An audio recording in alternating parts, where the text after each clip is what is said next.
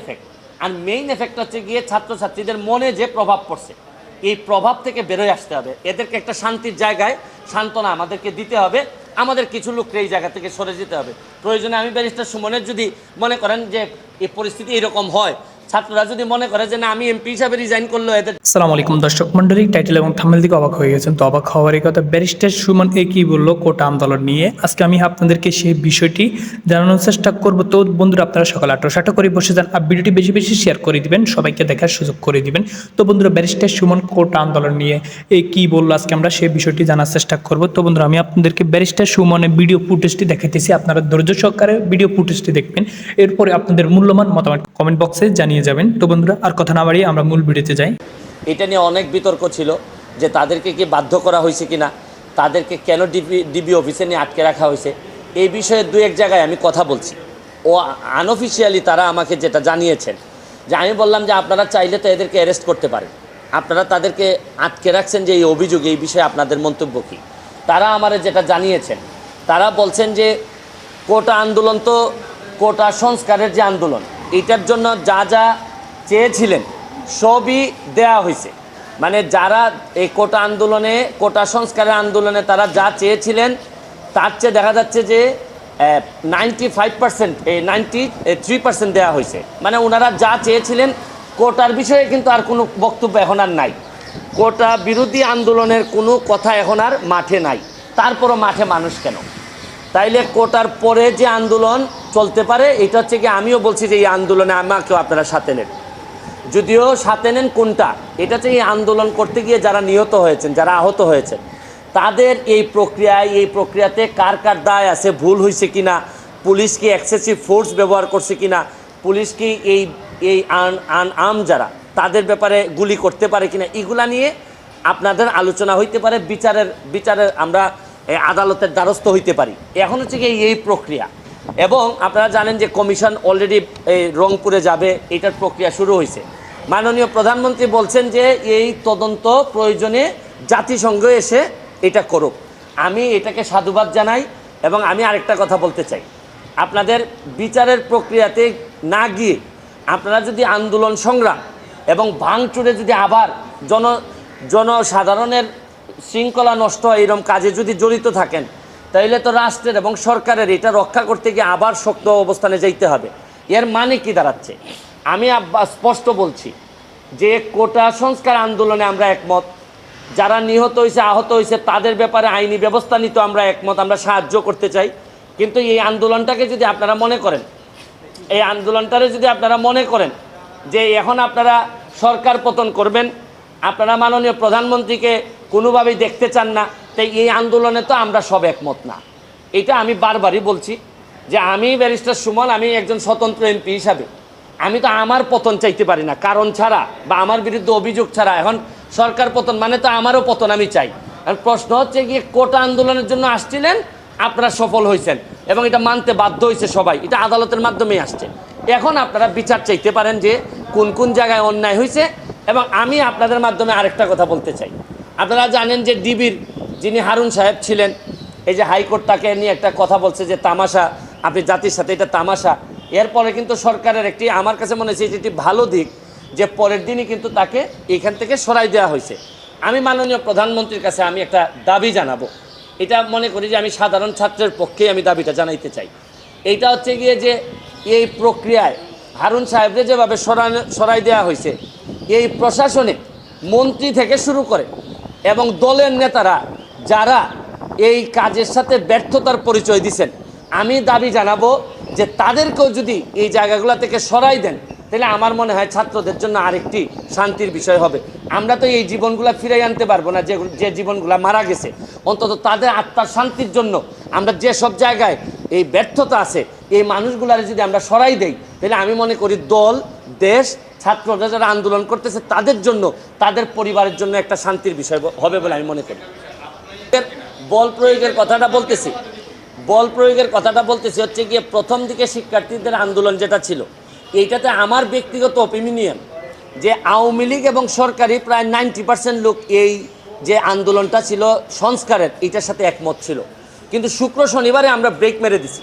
আমরা যারা আওয়ামী লীগ এর বা বঙ্গবন্ধুর আদর্শরে ধারণ করি বা মুক্তিযুদ্ধের চেতনা, আমরা ব্রেক মারছি হচ্ছে গিয়ে শুক্রবারে। কারণ শুক্রবারে আর শনিবারে যা ঘটছে এইটা, আর তখন আমাদের মনে হয়েছে যে এখানের মধ্যে অন্য রাজনীতি আছে।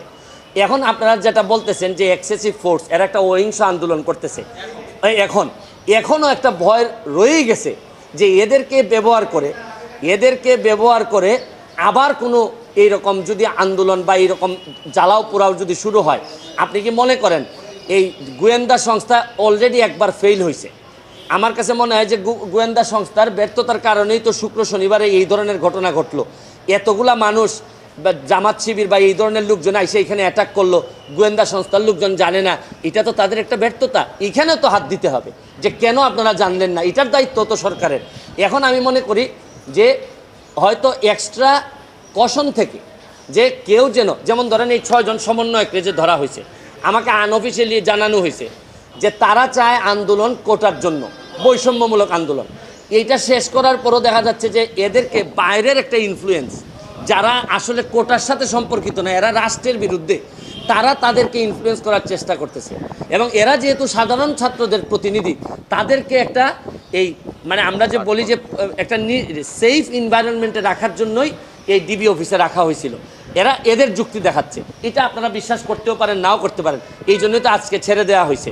তো ওভারঅল আমি মনে করি এখন যেটা গুরুত্বপূর্ণ, ছাত্রদের পক্ষেও আমি মনে করি যারা যারা ব্যর্থ হয়েছেন এখানে, প্রশাসন বলেন, দল বলেন, নেতৃত্বে মন্ত্রী বলেন, যারাই ব্যর্থ হয়েছেন, আমি মাননীয় প্রধানমন্ত্রীর কাছে আমি দাবি জানাবো তাদেরকে আপাতত এই যারা মারা গেছে তাদের বা তাদের পরিবারের পক্ষে দাঁড়ানোর প্রক্রিয়া হিসেবে আমি মনে করি যে এদেরকে কিছু লোককে আপনারা সরাই দিবেন।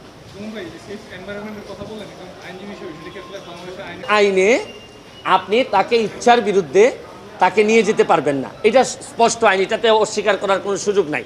তারা দেখা গেল যে স্টেটমেন্টও দিয়েছেন, আমি দেখলাম যে মনে করলাম যে স্টেটমেন্টটাও জোর করে আদায় করা হয়েছে, এই ধরনের কথা মনে করলাম। আমি প্রথমেই আপনাকে বলি, কাউকে ইচ্ছার বিরুদ্ধে কোনো জায়গায় আপনি আটকে রাখতে পারবেন না, এটা একদম প্লেইন একটা ল।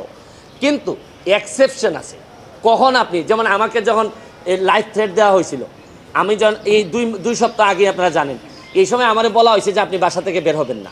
তো এই যে বের হবেন না, এটা কিন্তু আমাকে থ্রেট না, তারা কিন্তু আমাকে আটক করে রাখে নাই, আমার সিকিউরিটির জন্যই বলছে যে আপনাকে এখন আর বের হইতে দেওয়া হবে না, আপনি আসবেন না। তো আমি যেটা বলতে চাচ্ছি যে এদের যদি দেখতে হবে যে এরা ক্ষতিগ্রস্ত হয়েছে কিনা, এদেরকে ওইটার ভিতরে নিয়ে মারামারি করা হয়েছে কিনা, বা তাদেরকে যে বক্তব্য দেওয়া হয়েছে এই বক্তব্যের সাথে আপনি একমত কিনা। তবে তারা আসছে, এখন তারা আইসা যদি তারা বলে যে না আমাদের উপর নির্যাতন হয়েছে, আমাদের, তাহলে তো বিচারের মুখোমুখি হইতে হবে যারা নিয়ে গেছিলেন।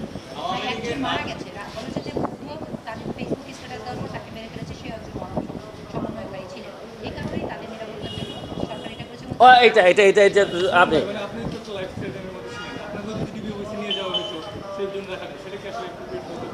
না ওইটা সিচুয়েশনই বলে দিবে আমাকে। যদি শুনেন, প্রশ্ন হচ্ছে গিয়ে যে আপনার সমস্যা আর আমার সমস্যা কোথায় জানেন? বিশ্বাসের সমস্যা। আপনার যদি বিশ্বাস থাকে কোনো সংগঠনের প্রতি, প্রতিষ্ঠানের প্রতি, তা আপনি তো এখানে চা খাইতেও যেতে পারেন। আমি তো যাই ডিবি অফিসে যাই, কিন্তু ডিবি অফিসে চা খাইতে গেলে আমারও মনে হয় মাঝে মধ্যে একটা মানুষের ভয় আছে যে ডিবি অফিসে চা খাইতে গেলে মনে হয় কী না কী করে। আর আমাদের এই ট্র্যাডিশন আছে, কেউ চা খাইতে দাওয়াত দিলেই মানুষ ভয় পায়, মনে করে যে চা খাইতে দাওয়াত দেয় না জানি কী করে, নিরাপত্তার অভাব। না বিষয়টা হচ্ছে গিয়ে তারা যারা বেরোয় আসছে একমাত্র তারাই বলতে পারবে যে এটা কতটা অ্যাপ্রোপ্রিয়েট ছিল। এটাই তো আমি বললাম যে আপনাদের ছাত্রলীগের যারা ভুয়া বলছেন, তারা নিজের লোকই তো ভুয়া বলছেন। এবং আরও শুধু ভুয়া বিষয় না, বা ধরেন ছাত্রলীগের যারা ভুয়া না বলে যদি তার প্রশংসা করতো, তাতেও তো দায় এড়ানো যাবে না। যাদের দায় আছে, ছাত্রলীগ ভুয়া বলছে এই কারণে যে দায় বাড়ছে তা না, প্রকৃত অর্থে তার যদি এই ব্যর্থতায় কোনো দায় থেকে থাকে বা যাদের আছে, তাদেরকে আমি মাননীয় প্রধানমন্ত্রীকে বলবো এই দেশের স্বার্থে, জনগণের স্বার্থে, এই যারা কোমলমতি ছাত্রদের স্বার্থে, তাদের পরিবারের স্বার্থে, তাদের পরিবারের মানসিক শান্তির স্বার্থে এই কিছু লোককে সরাই দিলে আমার কাছে মনে হয় আন্দোলনটা অনেকাংশে কমে যাবে বলে আমার বিশ্বাস। আর শুধু আন্দোলন কমলেও তো হবে না, এই সরকারকে আরও অনেক পথ পাড়ি দিতে হবে। যাদের মনে কষ্ট পাইছে, এই মনে কষ্টকে আবার ব্যাক করে নিয়ে আসার জন্য একটা লম্বা পথ পাড়ি দিতে হবে।